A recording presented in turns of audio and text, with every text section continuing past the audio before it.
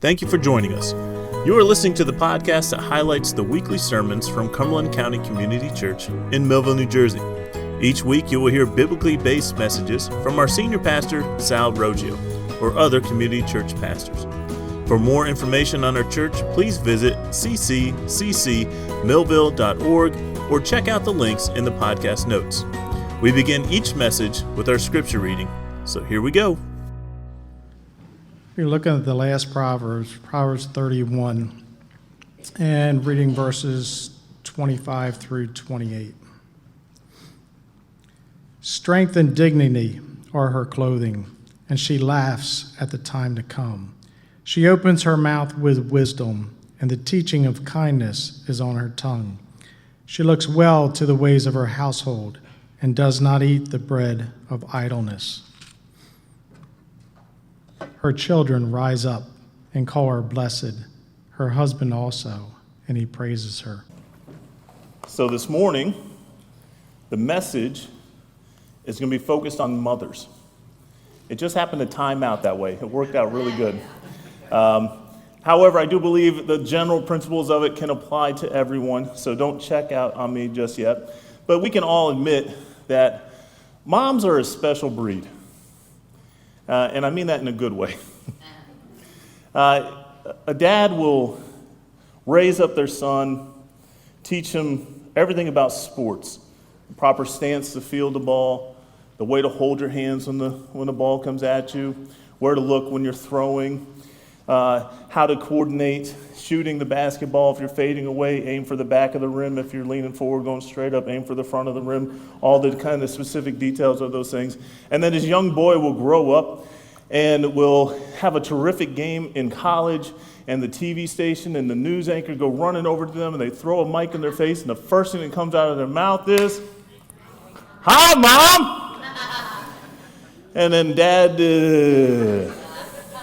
Moms are very amazing creatures. They really are. And they hold so many job titles. I did a quick search and came up with a couple different titles for the mom. For example, you'll be getting a list up there.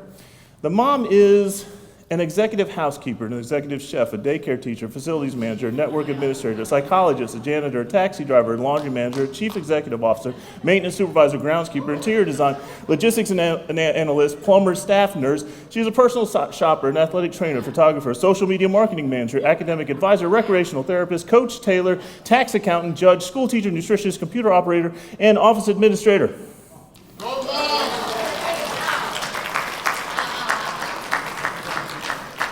And that's just on Monday. Now, according to the website salary.com, yeah, that actually exists, if you tried to put a paycheck on all the work a stay-at-home mom does, it would come out to be about 106 hours a week and nearly $185,000 a year. And all the moms say, that's it? So how do we say thank you to one of God's most amazing creations, and how do we do it just one day a year? Now, I know many of you have already gotten the mother in your life a gift. You might have already presented it this morning. For me, I'm waiting till this afternoon to give to my wife, and perhaps some of you other husbands struggled through the process and are literally waiting to the last minute to purchase a gift for your beloved wife, the mother of your children. It happens to be one of the most difficult things that a husband can do. Most men, the primary person that they purchase gifts for is their wife, the mother of their children, and it happens to be one of the most stressful experiences ever. Many men have experienced the very frigid temperatures for a long time after giving their spouse a gift. Now, I am no expert. However, I am a veteran of some of these battles, and if you are in this room and before you hit submit on the online gift card you're looking to purchase, I want to share with you a few things not to buy your wife, okay? The mother of your children. So I have a small list that I found works out for me and I think will be helpful for you. First of all, Don't buy anything that plugs in. If you do that, if it requires electricity, it's utilitarian. She doesn't want it.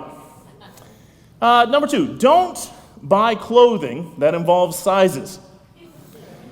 Chances are 1 in 10,049 that you will actually get it correct.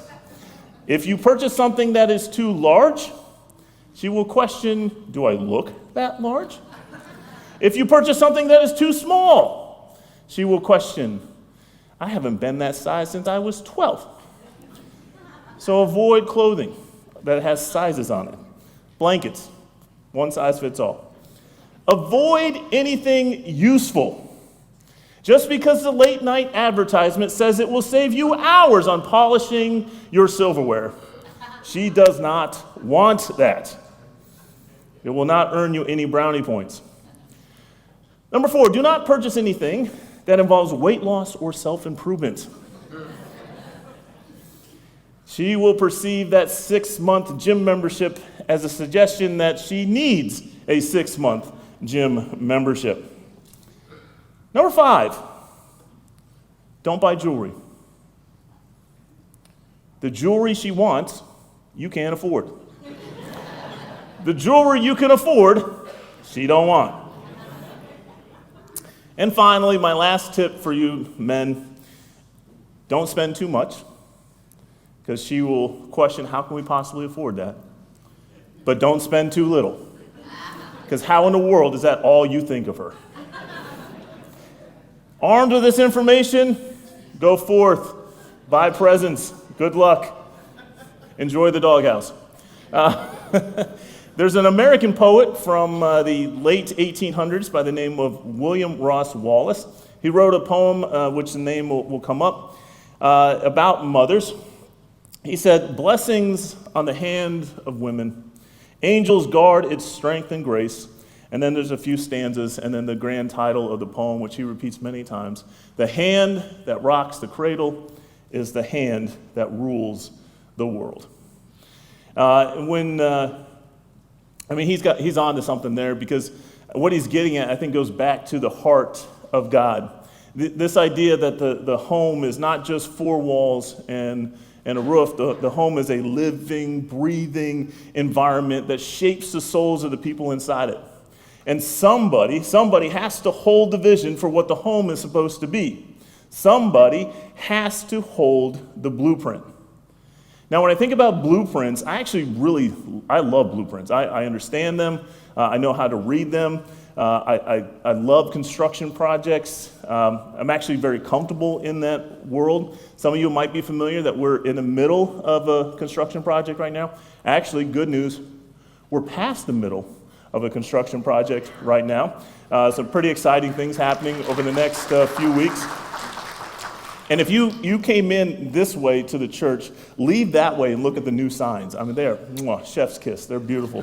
You want to check that out. But I love blueprints. I mean, give me a set of plans, give me a good crew, a lot of coffee, and I'm in it. I'm all in on this thing. But I'll tell you what, it takes a while to get blueprints finalized. It is no small thing.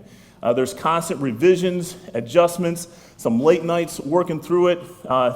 Particularly in this building, it was a very long, very tedious, very painful process. And it was just as long, just as tedious, and just as painful as childbirth. So I know what you mothers went through in this. Yeah, maybe not. I'll walk that one back a little bit. Moms always have that one over us, right? It doesn't matter how bad the cold is. But what I love about blueprints is before a single nail is hammered, before the foundation has even been poured, before the walls go up, there's a plan. And then generally there's an image of what the finished thing is supposed to look like. And a good architect doesn't just react to problems as they come. They actually have thought it all the way through. They've already thought through the whole building, like where the doors will go, where the lights will go, how all the rooms will connect to each other. And I'm going to suggest to you this morning that God has given moms a spiritual blueprint for their homes.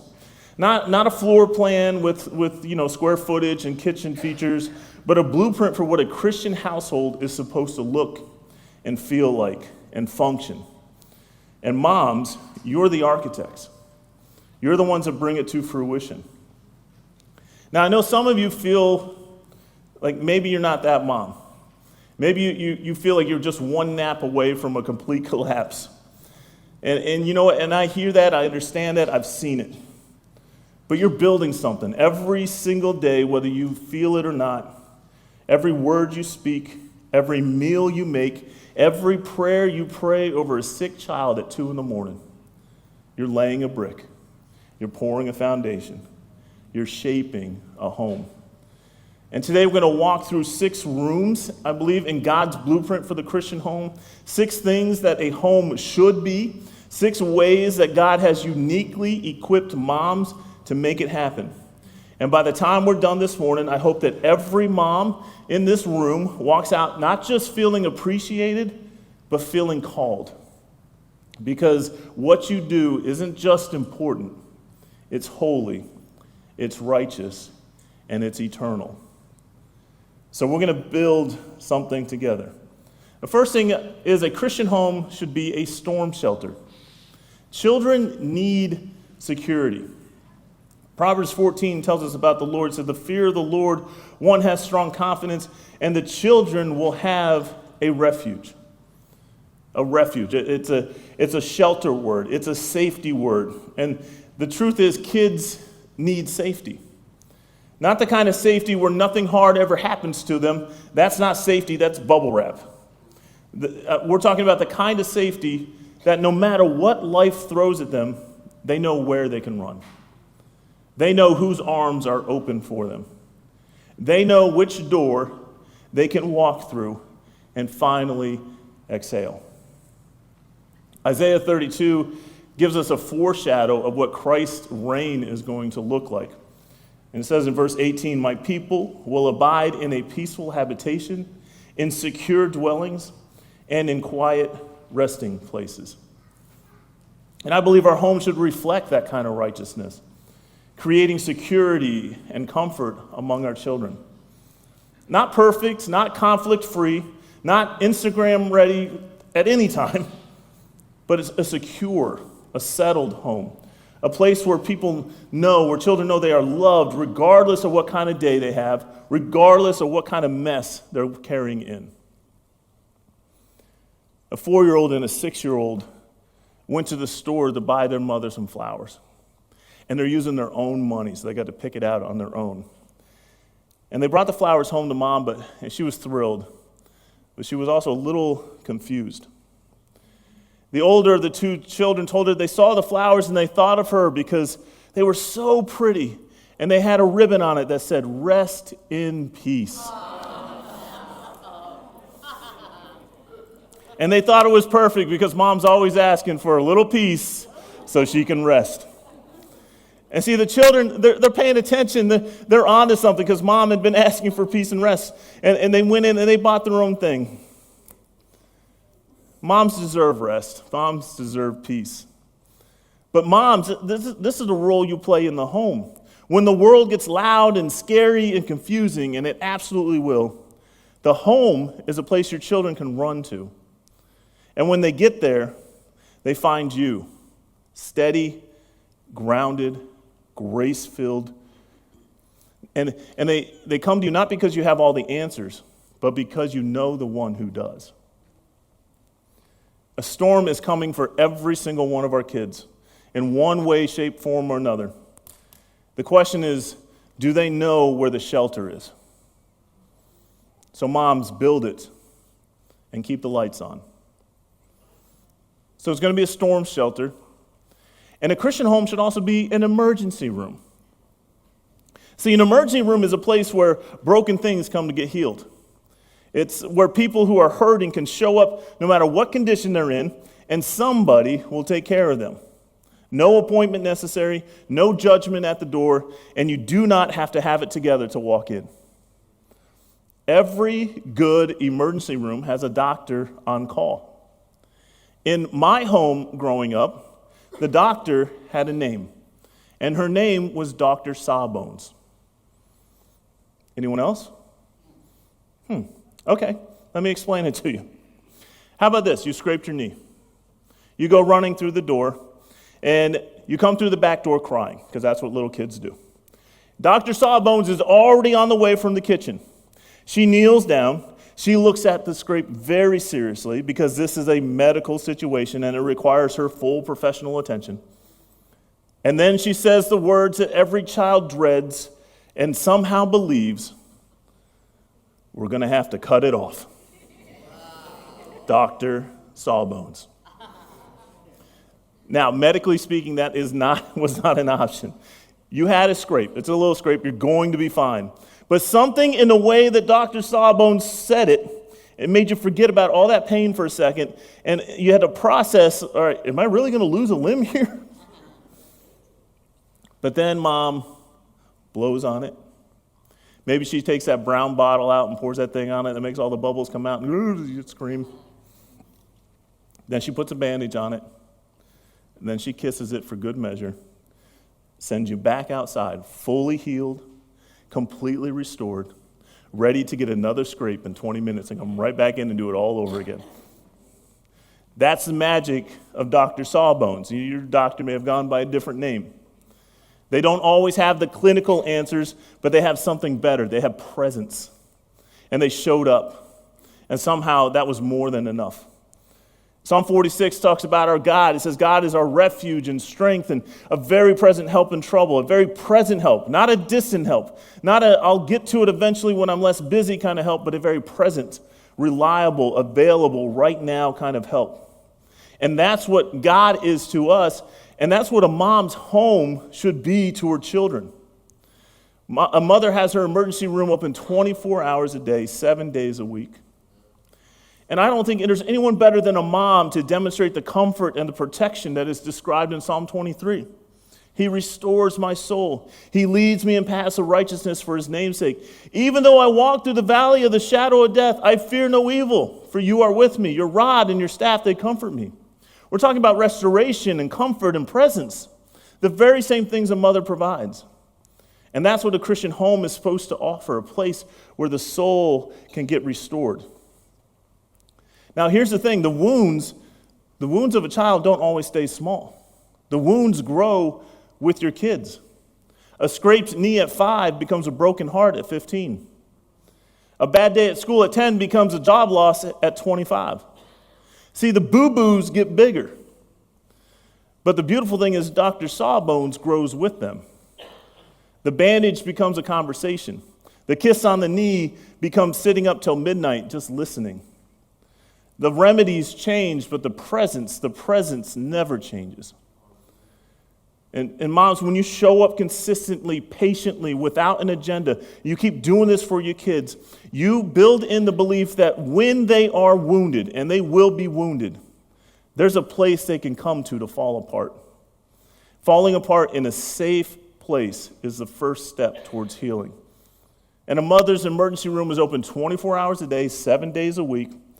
And the best part about it, no insurance required. Reflect Christ in your emergency room. Third, a Christian home should be a filling station. Now, this is an old-timey term for like gas stations. It's the place you pull over to when you're running on empty, and you don't just keep driving on fumes and hope for the best. You stop, you fill up, and then you get back on the road. It's a simple concept, but if you skip it, you end up stranded down the highway looking completely embarrassed. A Christian home should be a filling station for our kids, a place where they come home depleted and leave refueled. And that fuel is love and encouragement. It's being known, being celebrated, and being genuinely seen. This is where I want to look at Hannah's story. Hannah's story is recorded in 1 Samuel. Hannah is one of the most remarkable women in Scripture. She could not have children, and that grief nearly consumed her. But instead of giving up, she brought her pain straight to God. And I want you to see what she prayed, and it's recorded in 1:11. It says, she vowed a vow and said, O Lord of hosts, if you will indeed look on the affliction of your servant, and remember me, and not forget your servant, but will give to me, your servant, a son. Then I will give him to the Lord all the days of his life, and no razor shall touch his head. See, that's a mother's prayer before she even has a child. Before the child is born, she's already filling the tank. She's pouring in love and faith and dedication into a life that doesn't exist yet. And God heard her. Verse 20 records, and in due time Hannah conceived and bore a son, and she called his name Samuel, and she said, I have asked for him from the Lord. She named him after the prayer. Every time she called his name, she was remembering what God had done. Samuel asked of God. And there is no more beautiful name a mother could give her child than Samuel.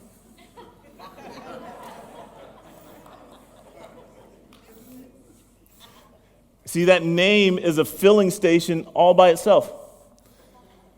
And then this is the part that jumps out to me every time. This is where Hannah she's just spectacular. She kept her vow. When Samuel was weaned, she brought him to the temple. She stood before Eli the priest and said, for this child I prayed, and the Lord has granted me my petition that I made to him. Therefore I have lent him to the Lord. As long as he lives, he is lent to the Lord. And he worshiped the Lord there. She gave back the very thing she had prayed for and wept for and waited for. See, most of us would have held on tight to that. But Hannah opened up her hands. But I want you to see, I don't want you to miss this, because she didn't just drop him off and wish him luck. Chapter 2, verse 19 tells us this. He said, and his mother used to make for him a little robe and take it to him each year. And when she went up with her husband to offer the yearly sacrifice, every year, a new robe, a little handmade garment that traveled across the distance, a garment that said, I see you, I'm still your mom, I'm still thinking about you, you are still on my mind, in my hands, and in my prayers. See, Hannah understood something very profound is you don't stop being a filling station just because your kids grow up and move on. The love does not stop. The investment does not stop. You just find new ways to pour in. See, she could not be with Samuel every day, but every year she showed up with something she had made with her own hands. And that robe was far more than clothing. It was fuel. How much greater love could a mother have for her children than to give them into the service of the Lord? And I believe that's the same thing we should expect of our mothers even today. I'm going to share with you a personal story about my mom because it's Mother's Day. I have a mic and you don't. My mom brought her filling station with her wherever she went. But it was probably never more evident than at our basketball games. She did something unique at all our games, and everyone knew it was her, and everyone knew who her children were. Now, as they're setting up the video right now, I'm going to tell you, I only called my siblings. I didn't prompt them for anything. And the first voice you're going to hear is my brother-in-law, Adam. He grew up with our family. He was around us all the time. I've said it once. I'll say it again. He married my sister so he could be a part of our family. He took the bullet. It's all good. But in here, I want you to hear my mom's filling station. Go ahead and play it. Hey, Adam. How you doing? Good, Sam. How are you? Doing well. Do you remember my mom during basketball games? Sure, yeah, I think so. Do you by chance happen to remember what she would do anytime one of her kids scored? Yeah, I think one of those moments comes to mind. Do you happen? Can you tell me or show me or let me hear what she would do? Woohoo! Yeah. Hey, Sissy, how you doing? Good, how are you? Doing all right. Hey, we're talking about moms. Do you remember Mom when she would come to our basketball games? Yeah? Do you remember what she would do when one of us would score? Yeah, she'd scream. Do you know what that sounded like? Woohoo! I think I had a little more gusto. Can you give me more gusto? Woohoo! That was it. Was anyone else in the room making that sound at that time? No. Yeah. It was very clear which kid scored. Is that right? Oh, yes. Yeah, it was right. Hey, Sean, do you remember Mom would come to our basketball games? Yes, she would. She would make herself known. Do you remember what Mom would do whenever one of us would score? Yahoo! And when she would do that, what was so special about it? You knew right where she was. And would she do that for anyone else? No, Who would she do it for? just us. Just us. Hey, Seth. Hey, you remember when Mom used to come to our basketball games? Oh yeah, obviously, absolutely. Do you remember that sound she'd make after you score? Oh, it's an unforgettable sound. I would never forget that. What was it like? It was something like, And she was. Would you say she was the only one that was making that sound? I would say she was the only person who would ever make that sound. Hi, Dad. I want to ask you a couple questions about Mom. Okay. Remember in the day, Mom would come to our basketball games. Yep. And our mother became famous for a certain act that she would do. Do you remember what that was? Nice little war hoop. Oh, basically whenever any one of her kids did something, whatever almost. It was scoring points or a good pass, whatever, that it resulted in something good. Now, do you remember what this sounded like? Well, I can't mimic it because I'm no good at it, but it was a high, shrill yes or a scream Yahoo. And why did she do that? She was supporting her kids. I mean, that was just natural for her. Got her excited to see her kids do well. Now, what was your war cry? I didn't really have a war cry. I just yell at the refs.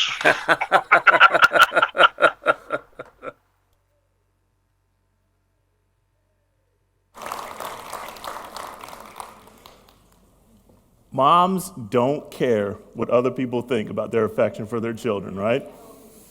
It is a beautiful thing. If you spend enough time with Joyce in my house, you'll hear terms like honey and baby, little one, big one, lovey, oh, my baby.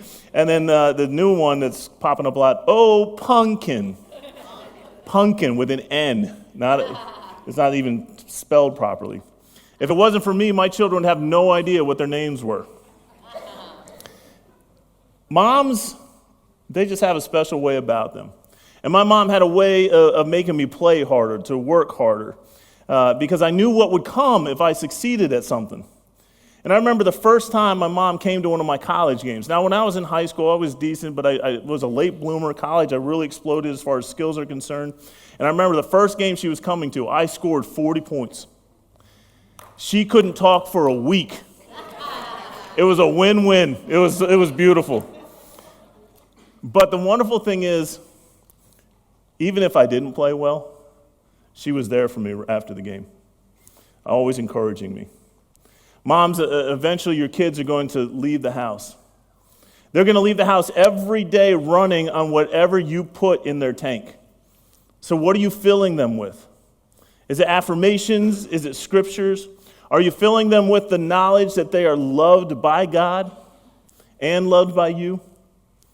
Or are they leaving on fumes, looking for something somewhere else that they should have found at home? So fill the tank. Every day, fill the tank. Now, Christian home should be a schoolhouse. Now, a lot of you moms probably don't even realize how many lessons you have been teaching your children. Some of the things that moms teach are amazing and get us through life. Like they teach us all about logic. If everyone else jumped off a cliff, would you do it too? They teach us about medicine. If you don't stop crossing your eyes, they're going to stay that way. They teach us about how to become an adult. If you don't eat your vegetables, you'll never grow up. Moms are very good at zoology. In fact, they'll step into your room and they'll say, this room is a pigsty. They teach us about genetics. You are just like your father. They show us our roots. Do you think you were born in a barn? They know a whole lot about finances. Do you think money grows on And then they have foresight. Make sure you wear clean underwear in case you're in an accident. I never got this one. Because when you get in an accident, how clean? I mean, really. Moms teach us about patience. Just wait till your father gets home. Spent a few moments of my life waiting for that. They also teach us about justice. One day you'll have kids, and I hope they turn out just like you. They're very good at logic. You ask why? Because I said so. They're very good at irony. Stop crying or I'll give you something to cry about. And then the circle of life. I brought you into this world, and I can take you out. See, moms, you might not be able to teach math or science or geography, but you are providing the most important education your children can ever receive, the kind that does not come from a textbook. Proverbs 6 says, my son, keep your father's commandments and forsake not your mother's teachings. Bind them on your heart always. Tie them around your neck. When you walk, they will lead you. When you lie down, they will watch over you. And when you awake, they will talk with you.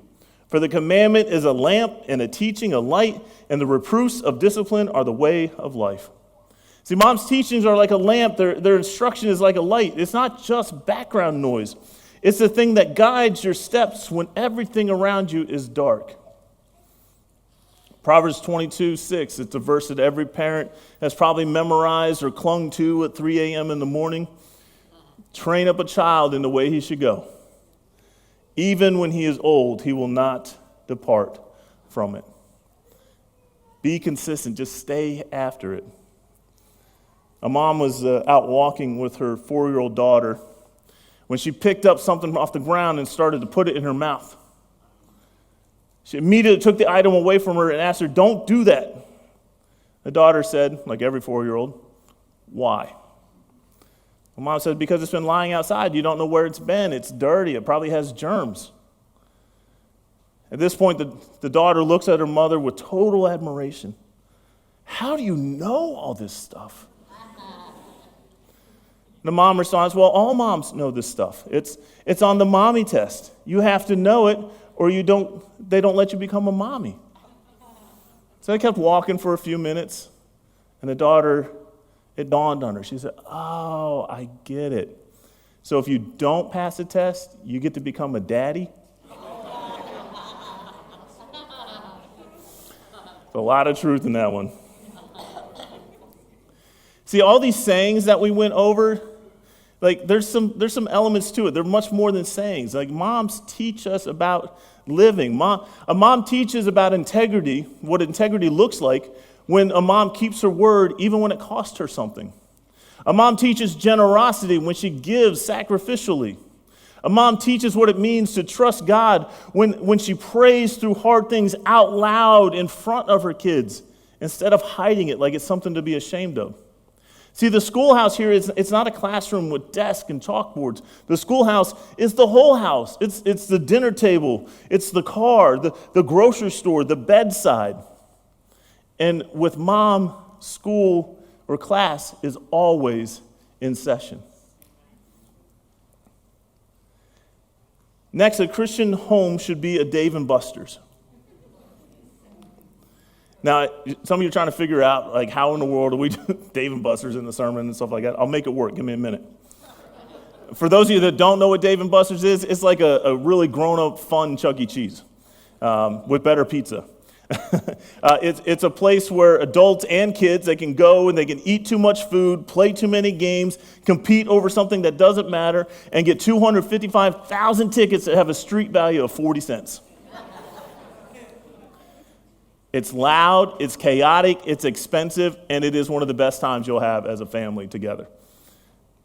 Now, the question is, when's the last time your home felt like that?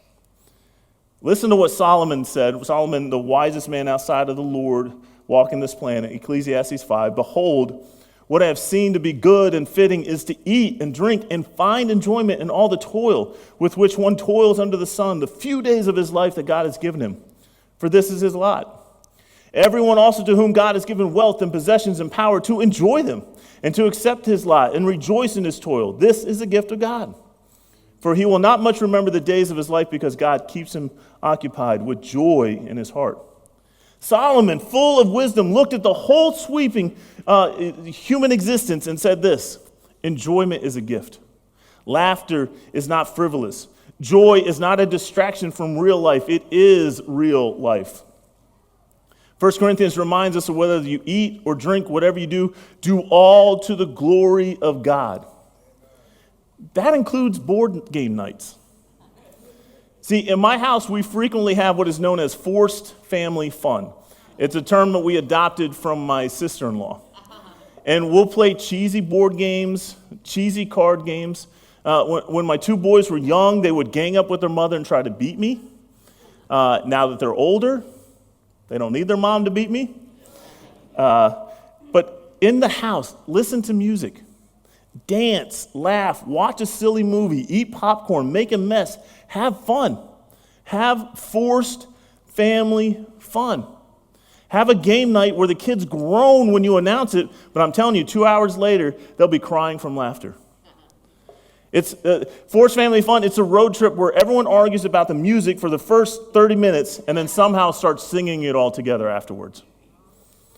It's the family tradition that somehow mortifies a 15-year-old, but becomes a sacred memory by the time they're 30, and they're trying to replicate the same thing. Here's the secret I want to let you in on. Some of the most powerful moments your kids will carry for the rest of their lives are going to come out of these forced family fun moments. Silly moments, ridiculous moments, the moments when everybody was just present, everybody was just together, and nobody could remember what they were stressed about. And moms, you are the architects of these moments. You're the ones that call everyone together from their separate rooms and say, enough, we're going to gather around, we're going to be together. And even though some of the kids will roll their eyes at that, they'll tell their friends, my mom's being so extra. 20 years from now, they're going to be telling the stories to their kids with a smile, and they're going to be initiating forced family fun. Build a home where people laugh. A home where kids look forward to coming back. Build a home where the table is full of conversation and it's real and there's grace for the messy stuff. That's Dave and Buster's. And God is absolutely for it. Now, the last element in the Christian home is far and away the most important of the house. A Christian home should be a worship center. Now, I'm not just talking about hanging a cross on the wall and putting a devotional on the coffee table, though there's nothing wrong with those things, but I'm talking about a home where faith is in the atmosphere, where God is not just a Sunday thing, where worship is not just something you do between these walls on Sunday morning, where it happens at the dinner table, in the car, at the bedside at night. Worship in the home. There's a mom and she's cleaning her house and she's singing some good old gospel songs as she's working. And she begins singing, soon and very soon we are going to see the King. And then she's going on and she's just singing and her young child is in the next room and he begins singing along. But something was a little off.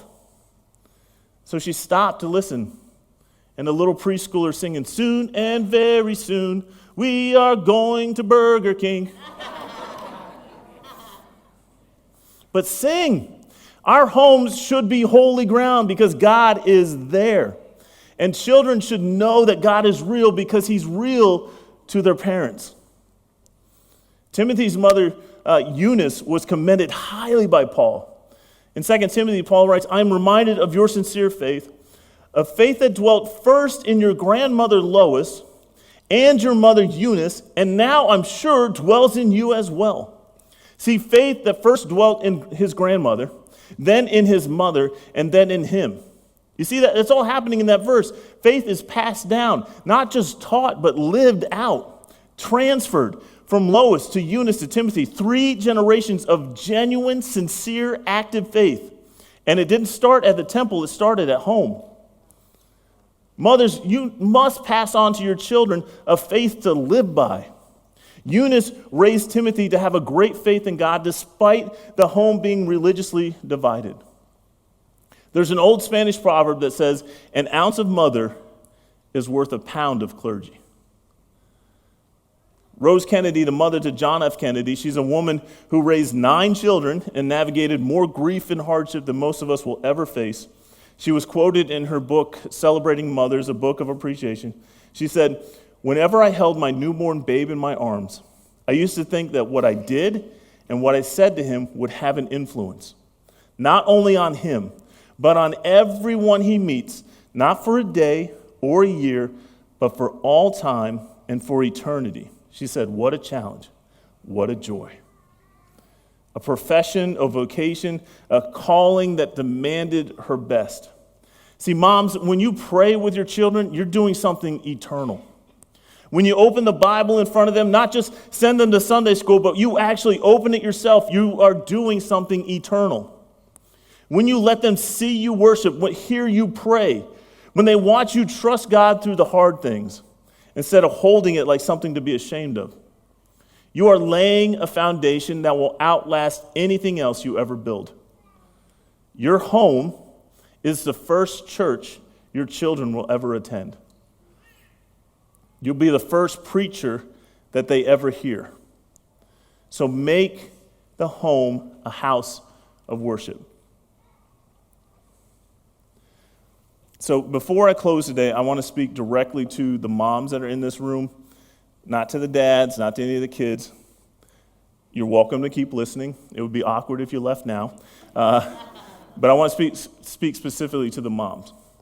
Proverbs 31:25, strength and dignity are her clothing, and she laughs at the time to come. Strength, dignity, laughter at the future. Not anxiety about the future, not a dread of the future, but laughter because she knows who holds it. Psalm 127, unless the Lord builds the house, those who build it labor in vain. Unless the Lord watches over the city, the watchman stays awake in vain. And this is one of the most humbling and most freeing verses that we can look at. Humbling because it reminds us that we can't build anything of value on our own. But it's freeing because we don't have to. You're not the architect working alone. God is the master builder, and mom, you are his co-laborer. And he has promised to show up at the job site every single day. So here's what I want to say to the young moms. To the ones who feel like you're failing, you're not failing. I know the baby's crying, the toddler is currently drawing on something they're not supposed to be drawing on. You can't remember the last time you got more than 4 hours of sleep in a row. You're typing into Google, is this normal, 47 times a day. You're not failing, you're building. It's one brick at a time, one day at a time. And God sees every single thing you are doing, including the things that no one else notices. So to the young mom, I say, keep going. To the moms who are in the thick of it, you got the tweens, the teenagers, the kids that know way more than you do. You got the carpools, the schedules, you got the emotional roller coaster that comes out of nowhere. You're the backbone of something beautiful. Even when your kids do not say thank you, even when it feels like nothing is getting through to them, even when you go to bed wondering if any of this is making any difference, it is. Galatians 6 reminds us, let us not grow weary of doing good, for in due season we will reap if we do not give up. So moms in the thick of it, don't give up. To the empty nester moms, your work is not finished. Your children might have left the house, but you have not retired from being their mom. Your prayers are still moving things. Your calls still matter. Like Hannah's little robe delivered year after year across great distance, your presence in their lives still matters more than you will ever know. So empty nester moms, keep showing up. To the grandmothers in the room, we haven't forgotten about you. Remember earlier we talked about Lois, Timothy's grandmother, who planted a faith so deep that it grew through her daughter Eunice, all the way into the life of one of the greatest ministers in the New Testament.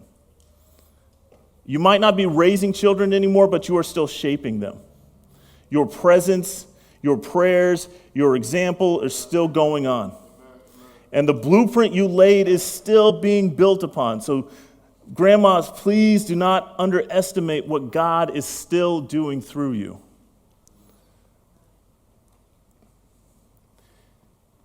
To the women in this room who long to be moms, who have prayed that prayer, who have cried that cry of Hannah, who have sat in a doctor's room and received news that broke something inside of you. You need to know that your desire is not invisible to God. He sees it and he honors it. And the love you carry for a child that you have not held or may never hold in the way that you imagine, that is real and it is holy. And you are not forgotten. You are not less than. And on a day like today, when the world is celebrating something that feels just out of your reach, this home, this church has space for your heartache.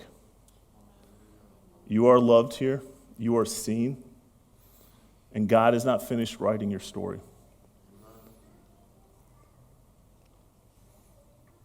To the moms who are struggling today, the moms that came in here carrying grief or regret or loneliness, the moms that are doing this without a partner, the moms who are estranged from a child, the moms who have made mistakes and you're carrying the weight of that quietly. God's grace covers every gap. Every place where you fell short, His mercy is sufficient. You are not disqualified from this calling. You are invited back to it today.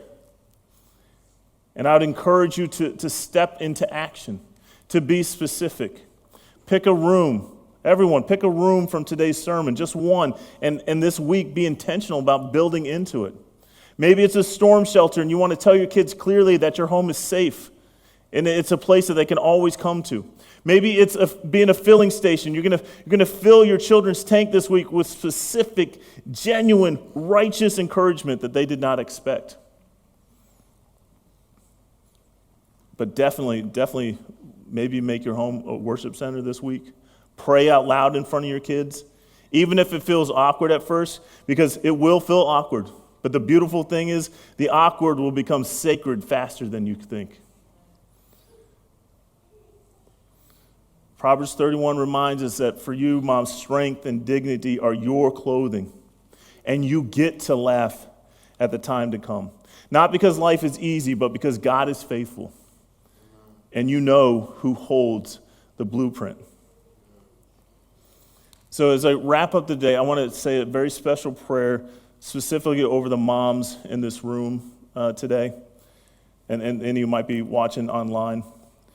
And I'm going to ask you in a moment, as I pray, to stand up, Mom. And if you're here with your mom, wrap your arms around her, grab her hand, lean into her, and you're going to pray with me.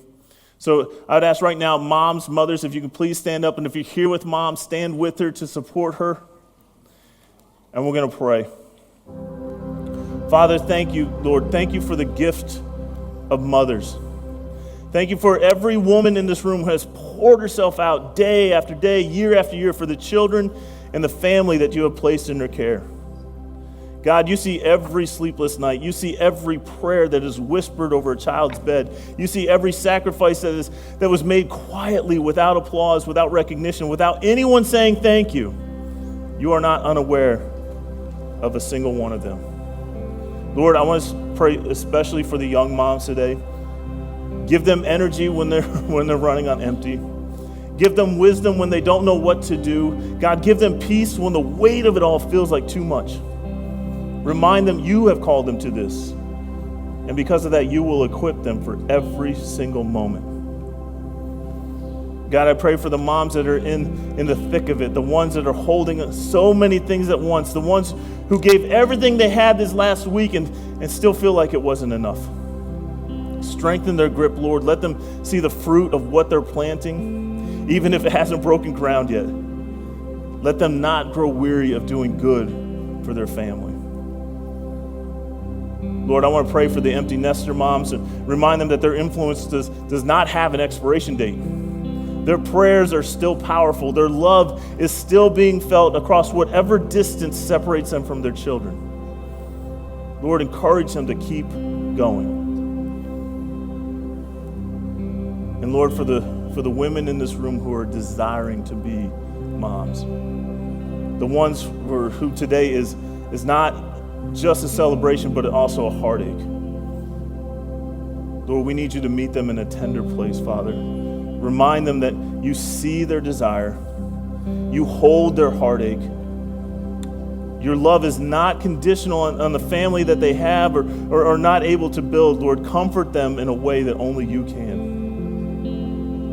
And Lord, the moms that are hurting today, the ones that are carrying grief, the ones who came in here feeling unseen, unappreciated, or disqualified, meet them here, now. Help them to lean into Proverbs 31. Remind them that they have strength and dignity as their clothing. They are seen, they are valued, they are deeply, unconditionally loved by a God who does not measure them by their worst day or their hardest season. God, every family represented in this room, encourage them to build according to your blueprint. Unless you build the house, Lord, we labor in vain. So we ask you to build it. Build it with your hands through ours. For your glory, for the generations who are watching us right now, and for the generations that we have not even yet met. In your great holy name we pray. Amen. Thank you for listening to our weekly sermon. Please like, share, and subscribe so you will be notified when the next sermon is uploaded. If you have any questions, would like a copy of the sermon notes, or would like to speak with someone directly, you can find our information on our website at cccmillville.org or in the podcast notes. Until next time, God bless.